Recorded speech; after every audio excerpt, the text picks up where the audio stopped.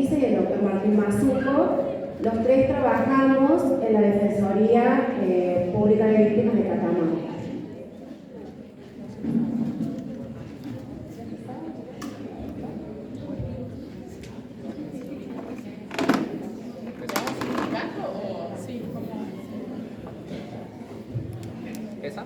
Vamos a comenzar mostrándole un video institucional porque esta figura es relativamente nueva y bueno, entonces vamos a comenzar con un video. No me quiero adelantar porque toda la información se la vamos a dar a lo largo de esta exposición, que va a ser corta para no cansarlos, pero vamos a comenzar con un video institucional primero.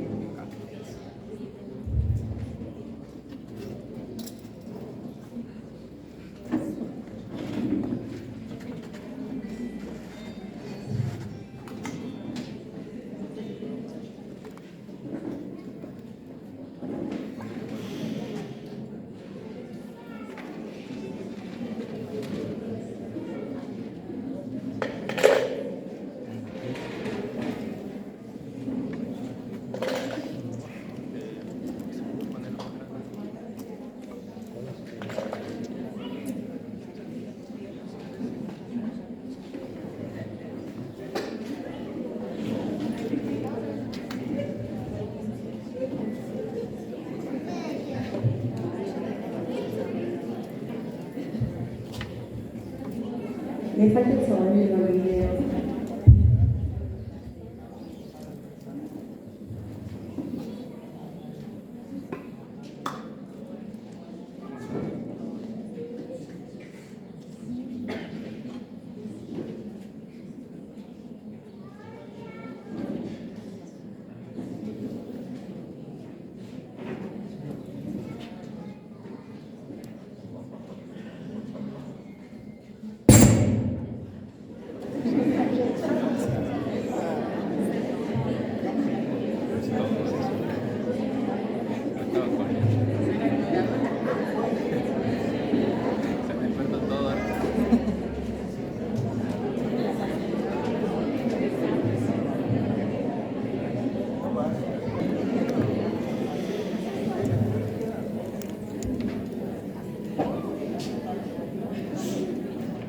Todo el volumen.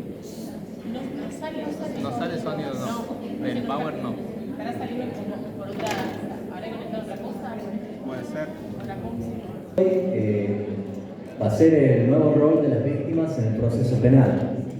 También es algo más ligado a lo legal y jurídico, que es justamente a lo que se dedica la dependencia de la Defensoría de Víctimas, pero vamos a hacer hincapié en una cuestión más humana, por decirlo de alguna forma, desde el punto de vista o de la perspectiva de la víctima del delito. ¿Bien? En este caso también vamos a puntualizar un poco sobre las víctimas de trata de personas, en sus diferentes índoles, ya sea sexual, laboral, etc. Eso mismo lleva a cabo con el reconocimiento de sus derechos, que después va a exponer la doctora Agostiza. Si puede pasar. Sí. Bueno, no sé si vieron el programa que está titulado como Políticas Públicas Nacionales en nuestro espacio para desarrollar. Está perfecto porque justamente la Defensoría Pública de Víctimas se dedica por ahí al ser una institución, un organismo público nacional, a tratar de direccionar un poco normativas, en este caso, asesoramiento, etcétera, etcétera, hacia los ciudadanos y poder transformar la vida de nuestro lugar como espacio. También es, digamos que es un término más en general, porque no solamente abarca organismos públicos, puede ser cualquier entidad que se dedique, en este caso, a crear, como también a desarrollar las políticas públicas, diferentes ONG, etcétera, etcétera. Nosotros vamos a hablar justamente desde nuestro lugar como Defensoría Pública de Víctimas. Como podemos observar, ahí, bueno, justamente es una articulación. Yo estuve escuchándolo al señor Luis Rodríguez y hay algo que quiero destacar fundamentalmente en todo esto que expuso, que es la articulación o esta múltiple, sería múltiples disciplinas, articulación e interdisciplina, ahí justamente estaba buscando, es un aspecto multidisciplinario que abarcamos, pero a la vez también interdisciplinario. Multidisciplinario justamente porque hay diferentes organismos actuantes en todo esto, en la vista de proteger o de asesorar o de llevar a cabo todo lo que sería la protección de las víctimas de los delitos, en este caso de trata de personas, pero también interdisciplinario porque es un trabajo en conjunto, ¿bien? Solamente desde la Defensoría en este caso no podríamos abarcar todo lo que sería la protección y el seguimiento judicial en el proceso penal, sino que necesitamos justamente, a la par nos necesitamos, lo que son el trabajo en conjunto con las ONG, bueno, diferentes, no sé, psicólogos, asistentes sociales, trabajadores sociales, etcétera, etcétera, como las cooperativas mismas que estuvieron hablando. Bueno, esta otra.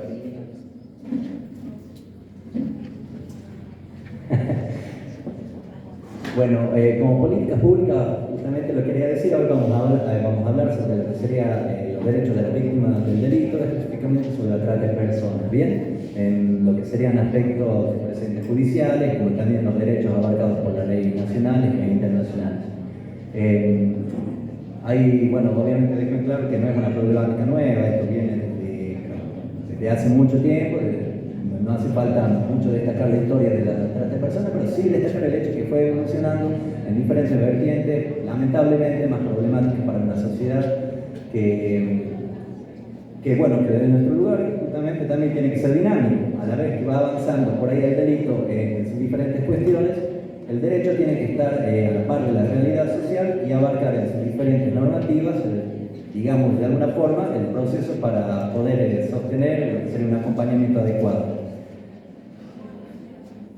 Bueno, las primeras palabras, o el primer párrafo, quiero destacar lo que lo dice la doctora Estela Maris Martínez, que es la Defensora General de la Nación, que brevemente lo resume a la trata de personas como una de las violaciones más graves de derechos humanos que existe, en especial sobre mujeres y, bueno, niñas y niños de las personas y también de las personas de los grupos más vulnerables. Esto hay que tener en claro porque la trata de personas, si bien no es único ni exclusivo, pero sí generalmente ataca a personas en situaciones de vulnerabilidad. Por eso hay que tener en claro aspectos tanto socioeconómicos, tanto de locales, tanto aspectos culturales y demás cuestiones. No podemos solamente detenernos en eso, pero sí en un aspecto a destacar. Bueno, como normativa internacional, no los voy a estar nombrando todas las convenciones y demás cuestiones que hay, pero bueno, hay extraje algunas, que son, por ejemplo, la Convención de las Naciones Unidas contra la Delincuencia Organizada, el Protocolo para Prevenir, Reprimir y Sancionar la Trata de Personas, y otro protocolo que también surgieron en la misma época, que es el Protocolo de Palermo, allá por el año 2000, y que, como ustedes ven, en el año 2000, hace solamente 22 años, la política para encarar el tema de la trata de personas o por ahí la normativa, digamos, de alguna forma para encararlo a través de la Organización de las Naciones Unidas era más bien contra la delincuencia, o sea, contra perseguir al delincuente, perseguir en este caso a la persona, no tenía una visión tanto en las víctimas, ¿bien? Estamos hablando de hace 22 años solamente. Ese protocolo de Palermo por la ciudad de Italia, bueno, fue avanzando, obviamente el aspecto, la humanidad misma fue avanzando en la forma de encarar esta situación, estos delitos, y ahí tenemos, damos pie, por ejemplo, entre otras normativas internacionales, a las 100 reglas de Brasilia, que hablan, son 100 reglas, pero hace hincapié mucho en el acceso a la justicia, que es algo, una normativa o un aspecto, digamos, a encarar y tener en cuenta, sobre todo en las víctimas de trata de delitos, que se trata de personas que es un aspecto muy vulnerable porque el acceso justamente a la justicia es lo que no tiene hoy en día. Y bueno, y estamos tratando con todas las personas y todos los ciudadanos de ver la forma adecuada de poder integrarlo, no solamente al proceso judicial, sino también a la protección desde el antes y el después, desde el rescate, propiamente dicho, hasta la reinserción social, laboral, etcétera, etcétera, de la persona. Bueno, ahí tengo otros antecedentes de índole internacional, en este caso americano, como la Declaración Americana de Declaración Universal de los Derechos Humanos, Convención Americana, como podrán ver, todos pactos, tratados internacionales que están arraigados por nuestra Constitución Nacional, por ende tienen el mismo nivel normativo a través de su artículo 75, inciso 22, por lo que tanto la Constitución como estos tratados tienen el mismo nivel de respeto y de seguimiento por los organismos judiciales, ejecutivos y demás. Ahora sí, en un ámbito más local, quiero hacer hincapié en las leyes nacionales, que es lo que vamos a desarrollar ahora. Las leyes nacionales. Bueno, en primera medida tenemos la ley 26.842, que es la prevención y sanción de la trata de personas y asistencia a sus víctimas. Quería decirlo bien, así lo pueden leer. Pero, bueno, justamente esa ley es una actualización de su antecesora, de la 26.364, que trata justamente sobre los delitos de trata y de la asistencia a sus víctimas. Una del 2008 y su actualización en 2012. Recién en el año 2017 se crea la ley número 27.372, que es la ley que bueno, es la que vamos a desarrollar ahora. Y bueno, que justamente le da esto que le venías diciendo, que hay un crecimiento, un desarrollo sobre el aspecto a mirar o seguir sobre el delito de trata de personas. Ahora esta ley, la 27.372, hace hincapié en la víctima, ¿bien?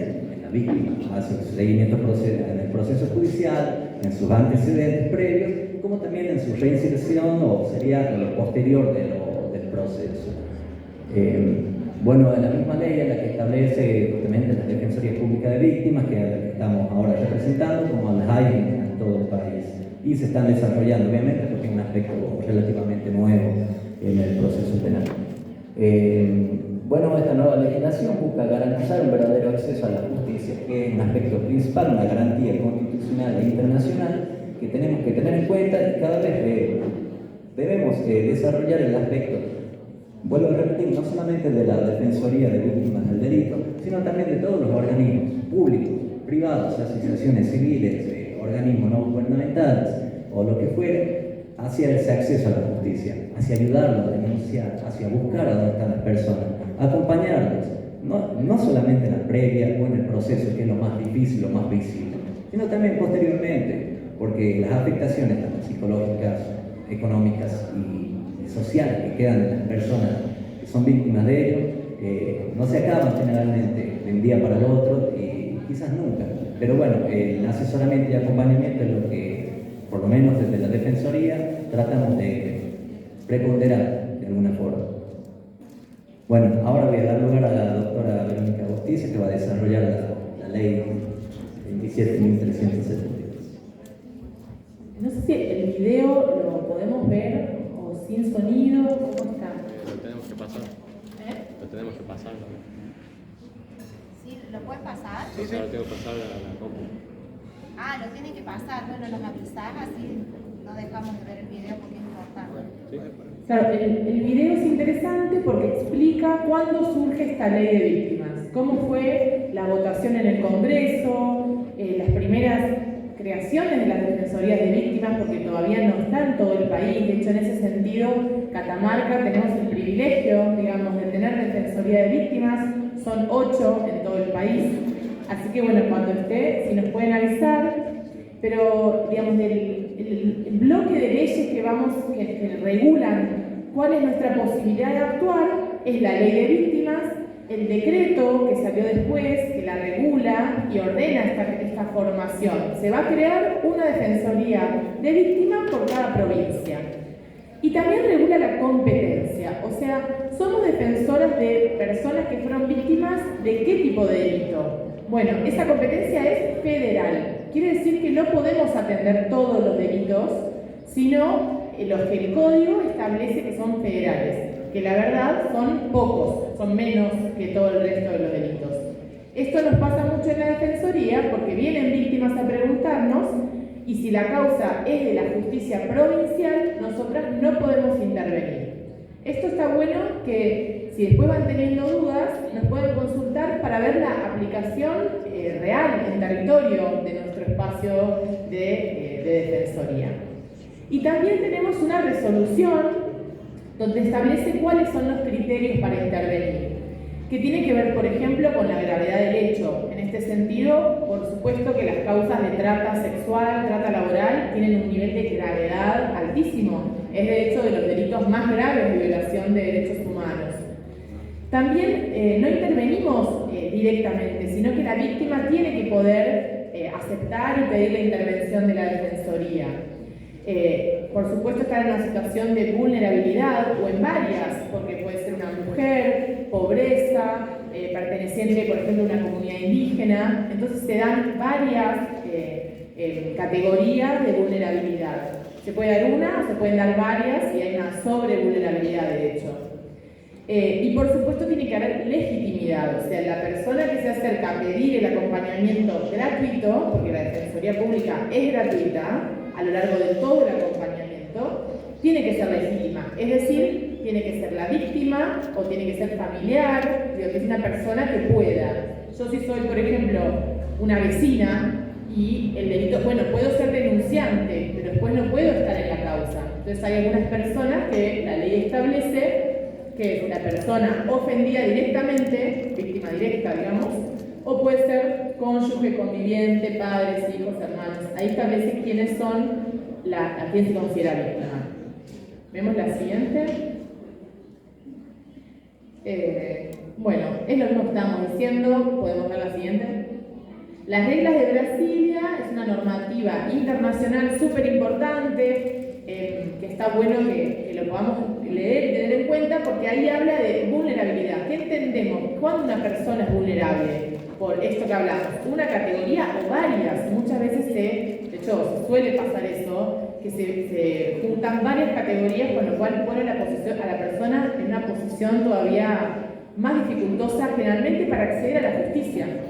Hasta ahora, antes de la ley de víctimas, la víctima no existía con una voz en el proceso penal, ¿no? Está el juez o la jueza que toma decisiones, la fiscalía, que es quien junta las pruebas para la investigación y avanza, y después está la persona que es acusada del delito, ¿no? Que se llama imputado o imputada en el proceso penal. Ahí terminaba, eran 3 partes.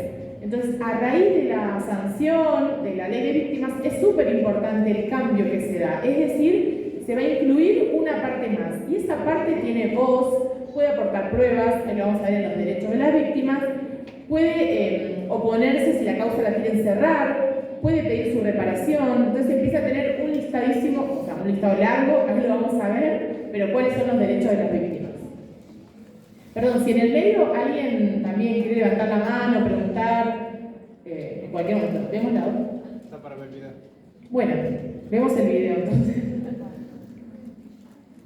¿Qué es esto sobre la creación de la ley? ¿Cómo surge?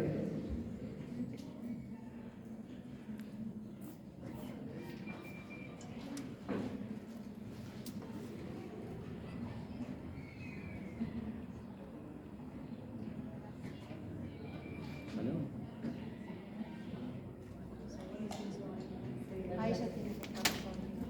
Ahí ya tenía sonido.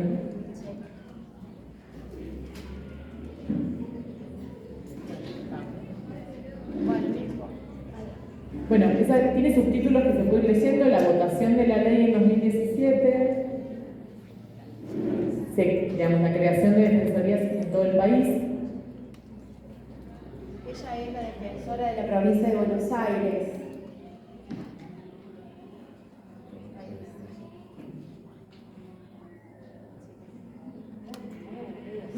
Es muy aburrido sin sonido. Esas son las voces, digamos, de los que fueron primeros defensores y defensoras nombrados. Lo que explica que se actúa de conformidad con la víctima, esto que decíamos, no nos presentamos y actuamos directamente, sino que tiene que haber una voluntad expresa de la víctima de mencionarnos a quién se considera víctima, que es la persona directamente ofendida o este círculo bien cercano, familiares, tutores, guardadores.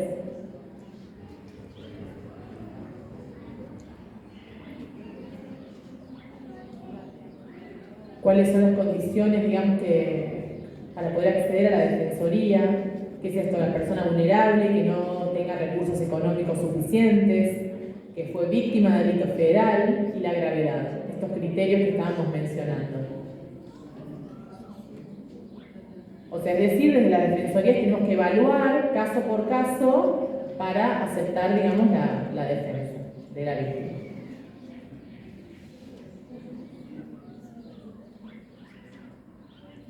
Este es como el proceso de ir nombrando defensores y defensoras en todo el país. Ahora son 8 porque el último defensor acaba de jurar en Tucumán. Esas provincias más Tucumán sería.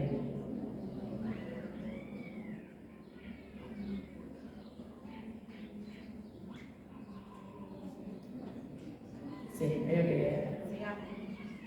Y nombre el organismo, o sea, dependemos de la Defensoría General de la Nación. Ese es como el organismo nacional al cual dependemos. Bueno, si quieren volvemos al PowerPoint, así vamos a ver entonces, el objeto de la ley y los derechos. Que también voy a tratar de bajarlo así como al territorio, a ver cómo está la situación actual de Catamarca en relación a los derechos. ¿La mayoría son docentes hoy? ¿O... Sí. ¿En qué nivel? Primario y secundario. Primario. ¿Y han tenido digamos, experiencias o de interponer denuncias o de acompañar algún proceso de trata? Bueno. ¿Y conocían la ley de víctimas también para saber esto? ¿La defensoría no? No, preguntó que venía, pero no quiero ser preguntona. ¿Puede dar un ejemplo? Por ejemplo, un caso que sea federal y otro provincial. ¿Cómo lo diferencian? ¿Cómo lo podemos diferenciar nosotros? ¿Pueden dar ejemplo? Sí, técnicamente y jurídicamente la diferencia surge del código, ¿no? Y ahora está en la ley. Pero mandarlos a buscar la ley es medio un embole, por supuesto. Pero si uno quisiera saber ante alguna duda, la respuesta está en el código. Los delitos, digamos, los comunes, los de justicia ordinaria provincial, el homicidio, el abuso, la mayoría de los delitos como que conocemos son de la justicia provincial. Entonces es más fácil tal vez nombrar los federales porque son menos. Son menos si algunos no tienen víctimas. Por ejemplo, el delito de estupefacientes, ¿no? La ley de drogas, consumo, venta, el delito que sea. Generalmente no hay víctimas. ¿Pero quién es víctima? No. Se investiga a la persona, se cometió el delito. Entonces es un delito federal, pero lo que nos pasa a nosotras es que no hay víctimas en ese tipo de delitos. Otro delito federal sí es la trata. Trata sexual o trata laboral, sea la modalidad que sea, pero es un delito federal. Y ahí sí hay víctimas, me atrevo a decir, en todos los casos. ¿Puedo hacer una pregunta? En el caso que usted llegue a la defensoría de la víctima, ¿no? Un caso de una mujer que se explotaba sexualmente por la pareja, que configura, ¿cierto?, delito federal que delito de trata sexual. Ustedes pueden dar patrocinio jurídico gratuito, ¿verdad?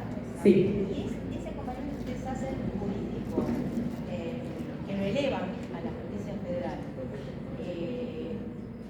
digamos, hacen ese acompañamiento hasta culminar todo el proceso. Exactamente. Ya lo vamos a hacer, eso Sí. ya lo vamos a ir explicando. Y obviamente que todas las dudas las podemos ir canalizando. Esto de los delitos. Después hay, por ejemplo, violencia institucional, o sea, cuando hay un episodio de apremios, de vejaciones, de tortura, por las fuerzas de seguridad nacionales, Policía Federal, Gendarmería, la víctima sería una persona que podríamos defender. Cuando la fuerza de seguridad que lo hizo es nacional. O, por ejemplo, en Catamarca no tenemos servicio penitenciario federal, ¿no? Hay una cárcel provincial para hombres, una para mujeres, que tienen un pabellón destinado a personas que están en causas federales. ¿No se sabían? Bueno, pero es así, no tenemos cárceles federales. Entonces, si por ejemplo, a mí me investigan por un delito de drogas, que es un delito federal, y me tienen detenida en la cárcel, pero la policía provincial me regresa un delito de violencia contra mí, apremios, tortura, vejaciones, yo también puedo acceder a la Defensoría de Víctimas, porque el penitenciario es provincial, pero yo estoy en el marco de una causa federal. Esto es algo que también se logró en Catamarca, no sé si se entiende, ¿no? Y se logró porque también hay una discusión, porque si no podría ser, bueno, pero si el que cometió el delito es un policía de la provincia, ¿por qué no lo lleva a la provincia? Pero bueno, esto se ganó, digamos, como que se sostenga en federal, con lo complejo que es investigar los delitos de violencia institucional, es muy complejo, sinceramente, la prueba y todo. Ese es otro caso. Sustracción de identidad, que ahí sí tuvimos un caso de investigación de una víctima, por ejemplo, en la época de la dictadura cívico-empresarial militar, quienes están buscando todavía su identidad, ¿no? Hijos, hijas de desaparecidos, secuestrados, digo, ahí es una cuestión federal lo que se investiga. Y ahora el tema de las financieras. O sea, la parte de la estafa no. Esto es lo que dijo el juez. La estafa, bueno, eso fue lo que dijo en un momento la Corte. Había una discusión sobre si los casos de las financieras, Bachani, Ademar, eran o no competencia federal, porque víctimas hay un montón en esas causas. Y el delito de intermediación financiera no autorizada. Estoy viendo caras de... Después hablamos. Bueno, pero ahí por ejemplo hay un montón de víctimas y bueno, es delito federal. ¿Lavado de activos? Bueno, corrupción es un delito federal. Pero bueno, son los menos. Lo que sí pasa es que es súper importante que en Catamarca se pueda crear la Defensoría de Víctimas, pero de los delitos ordinarios, porque hay muchas causas de violencia de género, de abuso. En todas esas causas, hoy en día no hay un asesoramiento jurídico gratuito. Para ser parte de la causa tenés que contratar a un abogado o una abogada. Bueno, los principios, digamos, de la ley, lo que intenta es, por supuesto, reconocer y garantizar los derechos de las víctimas, o sea, que sean efectivos, que la víctima tenga un acceso real a la justicia. También una idea de prevenir, por supuesto, y de armar recomendaciones, protocolos de cómo tienen que actuar las autoridades judiciales, también el Poder Ejecutivo, los organismos, todos los que estamos, digamos, coordinando el acompañamiento de las víctimas. La celeridad tiene que ver con la rapidez. Muchas veces los tiempos de la justicia son muy lentos, entonces se intenta poner como objetivo tiempos reales para atender la escena y prevenir que se siga cometiendo delitos, porque una intervención a tiempo puede, por supuesto, desde salvar vidas y cortar con la cadena, digamos, de violación de derechos. La reparación, que después va a hablar también la doctora Mariana Vera, y la asistencia. La asistencia es integral, psicológica, social, económica, y ahí es cierto que como Defensoría necesitamos articular con los otros organismos, porque está claro que la parte jurídica la hacemos nosotras, pero luego el resto de necesidades y asistencias es necesario coordinar con los organismos del Estado, que de hecho están para eso, digamos. Una consulta, sí, antes que... Y mientras la siguiente. Considerando lo que pasó con el video, ¿hay algún dispositivo especial para personas víctimas que tienen alguna capacidad o de incapacidad, digamos, de comunicarse? Podemos ser una persona sordomuda, ciega, con alguna discapacidad automotriz, etcétera. Eso. O sea, la discapacidad, por ejemplo, física, psíquica. Claro, ¿cómo se hace? Porque una persona con alguna discapacidad, por ejemplo, que es sorda o muda, ¿no? En lengua de señas, no sé, pienso que debe haber alguien capacitado para poder comprender la situación inmediata, hablando con el tema de la celeridad. Bueno, por ejemplo, en los criterios de intervención, uno especialmente para entender que la persona es vulnerable es la discapacidad, del tipo que sea, digamos, dentro del espectro de discapacidades, como se entiende. Desde la Defensoría, sí, la Defensoría General de la Nación tiene un equipo, digamos, de interdisciplinario para poder en los casos, si necesitamos, por ejemplo, hemos tenido algún caso de comunidad indígena que necesitábamos que la persona hablara en quechua, por ejemplo. Entonces, para poder comunicarse y poder declarar o no, necesitaba que sea en su lenguaje, en su idioma. Lo mismo con temas de discapacidad. Lo que sí pasa es que, al ser en Catamarca un caso para la intervención rápida y urgente, ahí necesitamos la actuación local de los municipios o a nivel provincial. Para eso es muy importante que esté funcionando el punto focal, que es como la parte de cada provincia que se encarga de la asistencia en cada caso y poder brindar esta según la particularidad del caso. Y eso lo urgente lo va a dar lo local, Catamarca. Nosotras a nivel, si la causa penal necesita otros profesionales, podemos convocar a la Defensoría, pero no están acá en Catamarca. Entonces, para lo inmediato y la rapidez ante una complejidad o ante una discapacidad, hay que activar los mecanismos locales.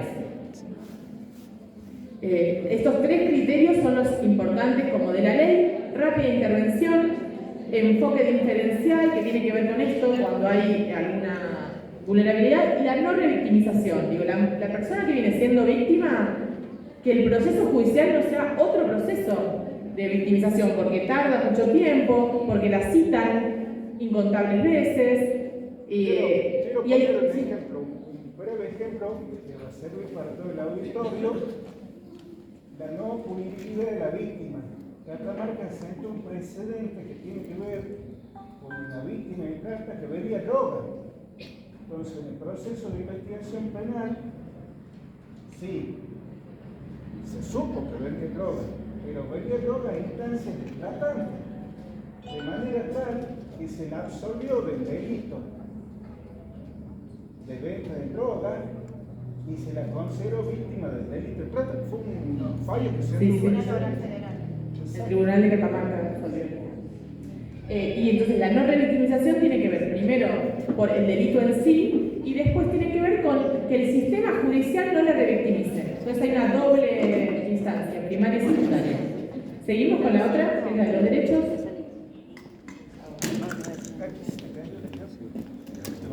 ¿Pasan la filmina, por favor? Bueno, son un montón, pero solo para bajar, me parece, porque ya me estaba sintiendo que me está. Entonces, que se le reciba de inmediato la denuncia. Esto es importante. Las personas que trabajan en los espacios de toma de denuncias, que en este caso puede ser la línea 145, que en realidad es de Buenos Aires y después lo deriva a Catamarca, la Fiscalía Federal, o sea, que tome la denuncia de manera completa, o si la persona ofrece pruebas que lo anoten, digo, que haya y rápido, que no le digan, no, bueno, no hay nadie, vení mañana, no, que no haya demoras al momento de la denuncia, a recibir un trato digno y las menos molestias del proceso. Eso tiene que ver, citar a la víctima para hacerle firmar 80 veces un papel. La víctima tiene que gastar dinero en llegar al juzgado, tiempo, exponerse. Entonces, desde todos los organismos, buscar prácticas que eviten las molestias a la víctima. A que se respete su intimidad. Un ejemplo claro es que en los escritos judiciales no va el nombre completo de la víctima, solo sus iniciales. La persona que está acusada del delito sí se puede poner el nombre completo, pero específicamente la ley de trata habla de que a la víctima se nombran las iniciales. Y por ejemplo los diarios es súper importante, porque muchas veces los medios de comunicación exponen a las víctimas la foto o el nombre. La víctima tiene derecho a pedir medidas de protección para su seguridad, de su familia y de los testigos. Las medidas de protección puede ser la restricción de acercamiento, que es como conocida, por así decirlo, restricción de cualquier tipo, que el denunciado no se acerque, digamos, a metros de distancia, no le mande mensajes por WhatsApp, no se pueda comunicar por mail. Y también ahora el mecanismo, digamos, que tiene el Ministerio de Seguridad de Catamarca es un mecanismo electrónico, dual, que se lo dan a la víctima y se lo dan también al denunciado. Digo, pulseras ahora no hay, por ejemplo, disponibles. Eso nos pasó en un último acompañamiento. El mecanismo es este doble. Ser informada sobre sus derechos. O sea, el primer momento de contacto de una autoridad judicial con la víctima, que pueda saber que tiene derecho a una abogada gratuita, a la Defensoría Pública de Víctimas. A intervenir como querellante o actor civil significa ser parte del proceso. La querella es la parte penal, o sea que la causa avance y al denunciado se lo condene o no, según el caso, si hay prueba y todo, por trata, por ejemplo. Y la parte civil tiene que ver con la parte de la reparación económica por todo el daño que sufrió esa víctima, trata sexual o trata laboral. Trata laboral, por ejemplo, se puede calcular con los estándares legales, la ley de contrato de trabajo, seguridad social, o sea, todo lo que no se le pagó a esa persona. Hacer parte, aportar pruebas, hacer escuchada las veces que necesite, hacer notificada. Por ejemplo, el juzgado dice, no, acá no hay prueba, y va a cerrar el expediente. Bueno, la tiene que notificar para que ella pueda presentar cosas. Pedir la detención, opinar sobre las detenciones del denunciado. Y el tema de los sufragios, o sea, es importante saber que hoy en día en Catamarca hay una defensoría gratuita. Eso es súper importante.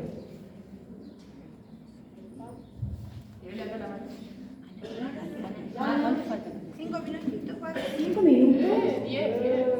Es que ya hay otra presentación a las 6. Perdón.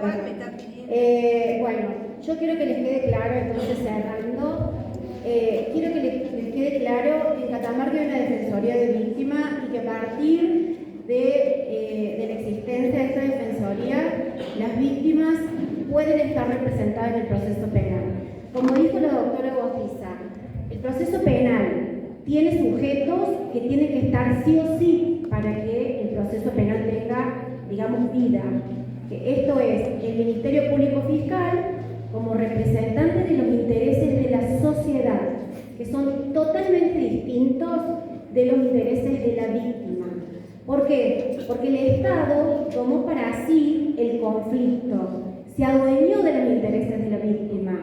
Y esto fue, digamos, un proceso que cayó en un fuerte, digamos, descreimiento. Las víctimas no se sintieron representadas por el Estado. Esto claramente sucedió cuando sucedieron los golpes de Estado en todas las, digamos, en toda Latinoamérica.